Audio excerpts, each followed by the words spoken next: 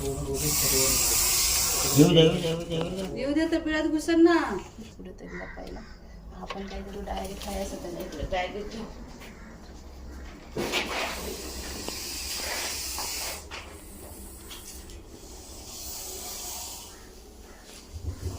हात न लावता मी त्याला कसा बॅगेच्या दिशेने बरोबर पॅक केला स्वतःहून बॅगेत घुसला